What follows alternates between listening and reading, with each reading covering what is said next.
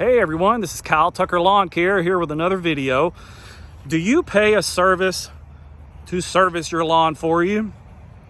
Did you just get a fertilizer treatment done on your grass and you're wondering what to do next? Well, that's what I'm going to talk about. After that company applies fertilizer to your lawn, you are not done.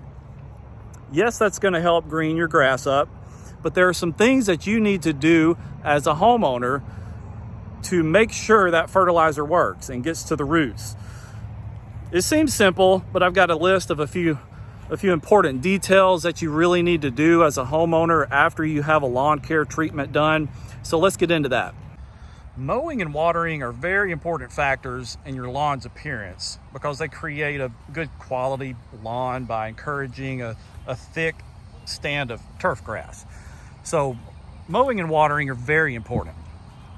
After you've had a granular fertilizer applied to your yard, you want to water that in within 2 to 3 days.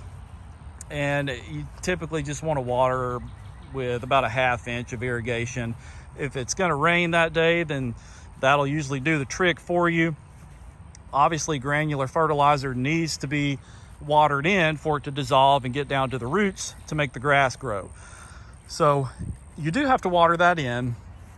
A lot of people think after I do a fertilizer treatment on their yard and then it rains that night that I need to come back and redo that treatment.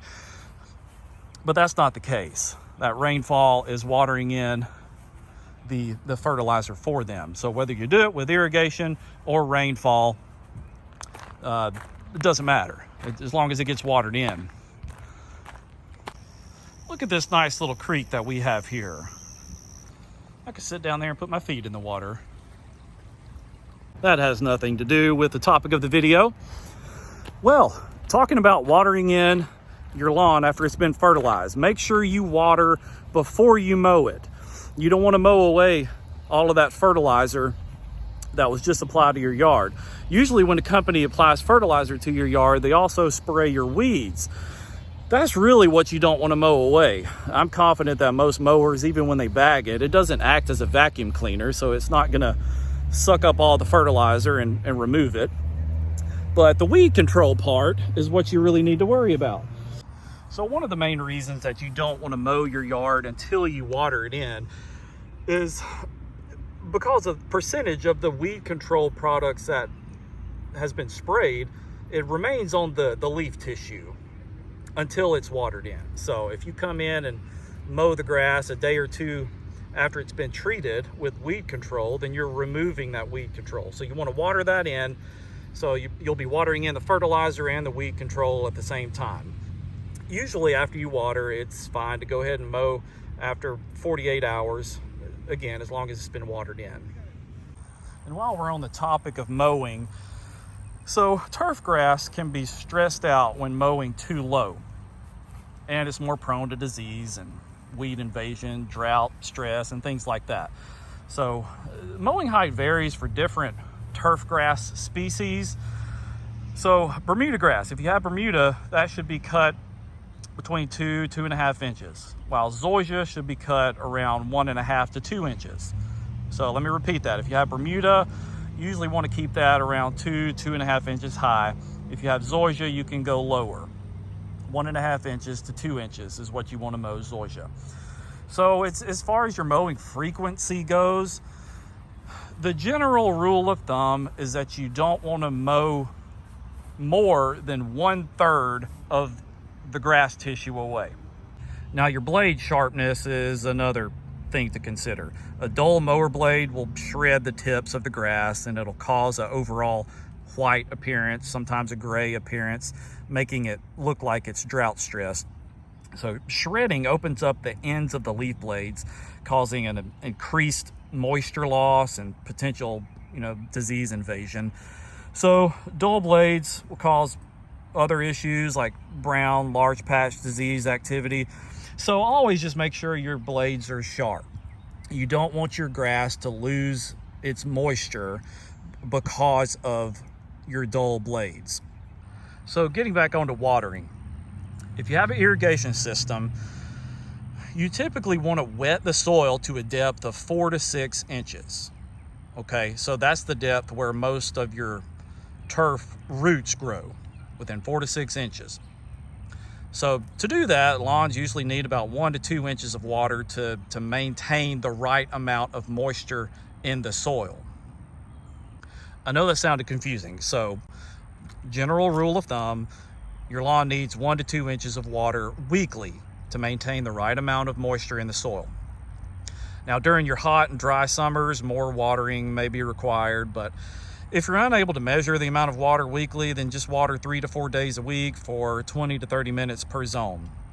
Okay, that will typically do the job. Now, the 3 to 4 days a week that I just mentioned, that's for those hot, dry summers where you need to keep the water on it. Here, this spring, early summer, we've gotten decent rainfall, and I'm telling my customers to water once, twice a week at the most, and to water deeply. What that means is water for about 25 to 30 minutes once a week, maybe twice a week. So watering deeply, I have another video on this. It essentially just allows your roots to grow deeper. If you water for short periods of time, it encourages the root growth to grow shorter. So it's okay to water once or twice a week, but water deeply. So water for longer periods of time, and that'll get the water down to the depth that it needs to be. Now, here in Alabama, the second half of our summers are very dry. So about midway through July and on into the fall, it's always dry. We always seem to be in a drought throughout the second half of our summer and into fall. So during those times of year when rainfall and water is unavailable for an extended period of time, a lawn will exhibit a bluish gray color. And that is just what we call drought stress. Now, that's not what we're seeing here. I'm just talking and walking. So as far as when to water, you want to water early in the morning between 3 a.m. and 10 a.m. And I recommend these hours because water evaporation is minimized when you're watering early in the morning. If you water in the middle of the day, evaporation occurs and you're not benefiting from all of that water. So I'm going to talk about how to water. Well, Kyle, what are you talking about? I just turn my irrigation on and I water. What do you mean, how do I water? Well, we have a lot of heavy clay soils here in this area. So clay soils may not allow the water to penetrate deep at one watering. Okay, so if this is the case, you want to water for 10 to 15 minutes per zone, and then run that zone again for 10 to 15 minutes once the first cycle has completed. This allows the water to be able to kind of percolate deeper into the soil, which allows for better water uptake by the grass, So that tip was just for those yards with the thick clay. If your soil just has that hard, thick clay, that's when you want to water your zones twice. So 10 to 15 minutes per zone, then run that zone again for a second time. And like I mentioned, that just allows the water to kind of percolate through the soil. Because those hard clay soils, if you water for more than 15 minutes, you just end up having a lot of runoff. So running your system twice allows for that water to percolate through the soil and get to the roots. And one more thing I want to talk about is what's referred to as localized dry spot. So LDS, localized dry spot. It's a irregular area of your lawn that for no apparent reason begins to show signs of drought stress. Okay, I'm looking for an area like this right now. But a localized dry spot will begin to show symptoms even with proper watering.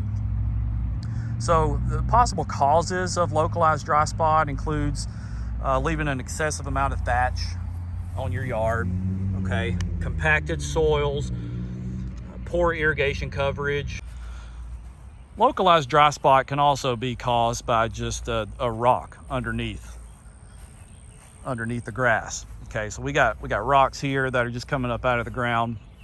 So let's just say you have a brown spot that popped up right here. Well, a good way to test what's underneath the ground is just to get a screwdriver and poke it in the ground. If you hit rock with your screwdriver, then you know there's a hard surface underground, which is going to answer the question as to why that grass is turning brown. So in those particular cases, the roots of the grass are just hitting that rock. And in the heat of the summer, the sun is heating up that grass from above and below. So I kind of went off on a tangent here in this video. So I started out talking about what do you need to do after you have your lawn fertilized. And essentially the answer is basic. You know, water your yard before you mow. That way you don't mow away all of the product that was put down by your lawn care company, essentially wasting your money. So make sure you water within 48 hours. Then you can typically mow after one watering.